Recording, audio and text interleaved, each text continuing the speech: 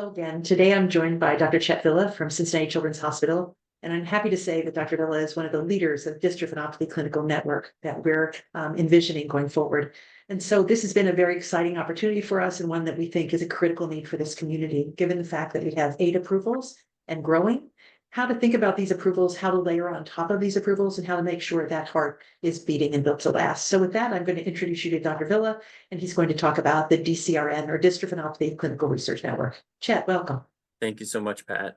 Well, I think first to say thank you again for all the support that you have brought forth and PPMD as a whole. I think we started this journey with Action a couple of years ago, and the significant donation PPMD made to help get us going in that regard. So for those of you that don't know, Action was a group of cardiologists that started looking at heart failure in general, not necessarily in dystrophinopathy, but then we expanded to include DMD initially and then dystrophinopathy more broadly. With the support of PPMD, we have now been able to enroll over 800 young adults, children with dystrophinopathy, and we're tracking how they are doing from a cardiac pulmonary perspective. This is really important because for a lot of cardiac-related outcomes, we've been pretty limited on long-term follow-up and the number of patients that are followed in any of the studies. We, through your support, have been able to get more than 20 centers to put their data in and to track long-term cardiac medication use and their outcomes over time. We are hoping that that can then start to build the background for the DCRN. So with the support and infrastructure that you guys have helped us build, we can now expand that to include not just cardiac outcomes, but pulmonary outcomes, neurologic outcomes, and to overlay multiple therapies on top of each other. This is really important because from a cardiac perspective, 2 decades ago, this is how we started to roll out treatment of heart failure. In the late 80s and early 90s, there was generally only one therapy.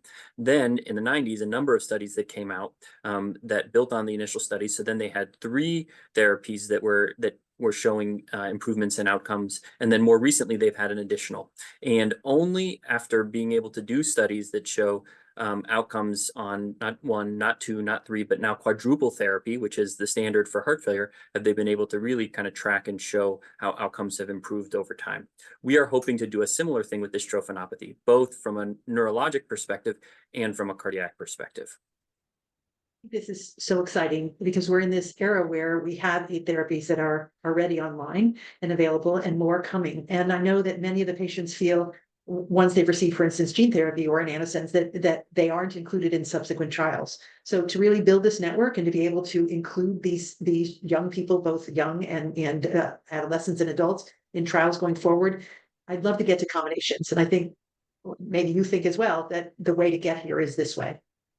Yeah, and I think what is pretty impressive is the number of new approvals that have come out over the last couple of years. But the way a lot of them have come forward is on a background of steroids.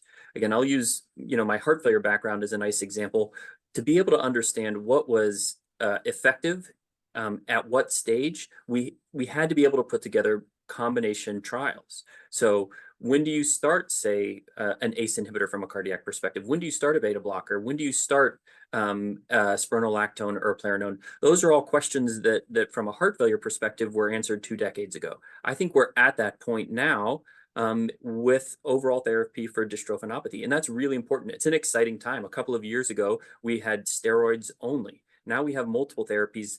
But as a result of that, we now need to take the next step in terms of our understanding, which is to say, we need to know how these work together, if they work together, are they synergistic? And another extraordinarily important part about this is how do these impact respiratory function and cardiac function over time? Almost all of the trials that have been done to date have really focused on ability to ambulate. Some have had upper limb function as well, but there are very, very few that have looked at cardiac and respiratory progression in a serious and comprehensive way. And we need to move to a system that allows us to do all of the above. This is so incredible. There are seven sites that we're working with, Cincinnati and Nationwide Children's Hospital, Rochester, John Soslow's place at Vanderbilt, Arkansas, and Colorado. And it's so exciting to know that all of you are getting together and you'll be using the infrastructure of Action. Is that right? Yep, and we will be using the expertise from each of the centers. So the nice part about Action is it gives us the IRB and the DUA. So that is the kind of the regulatory backbone on which we can build much of this. Why that's important is kind of the making of the sausage that happens in the background for a lot of research. What most people don't realize is it can often take 1 to 2 years to make it through just the regulatory process at many hospitals. And so you may have the best idea, you may have a group of people that are willing to work together, but you have to go through those hurdles. As you know, I think both you and I are prone to say time is muscle, and we want to minimize the amount of time that we are waiting to move forward with research and clinical improvements. And this is one way we can help speed up that process. The other part that I think is extraordinarily important in all of that is that we have great collaborators across the groups. And I think this shows how big groups and small groups are willing to work together to try and move forward as fast as possible. And I think this is so incredibly exciting. I have been a long admirer of the Children's Oncology Group, and I know that in a period of years, Children's Oncology focused on childhood leukemia has had amazing success. I think that in a few years, we will see combination therapies, and hopefully one day soon, we'll be able to completely stop progression for everyone. But I can't thank you enough for leading this effort. I have really appreciated all Action has done and the contributions that you have to connect the dots between heart function, so we know when hearts are failing and how to treat. And I really look forward to announcing this to the public and certainly to the families that will be participating. So thank you so much for your time today.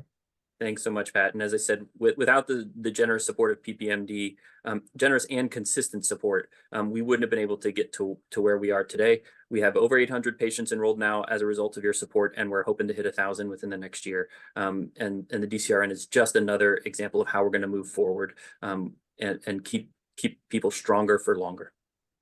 Thank you so much, Chet. Much appreciated.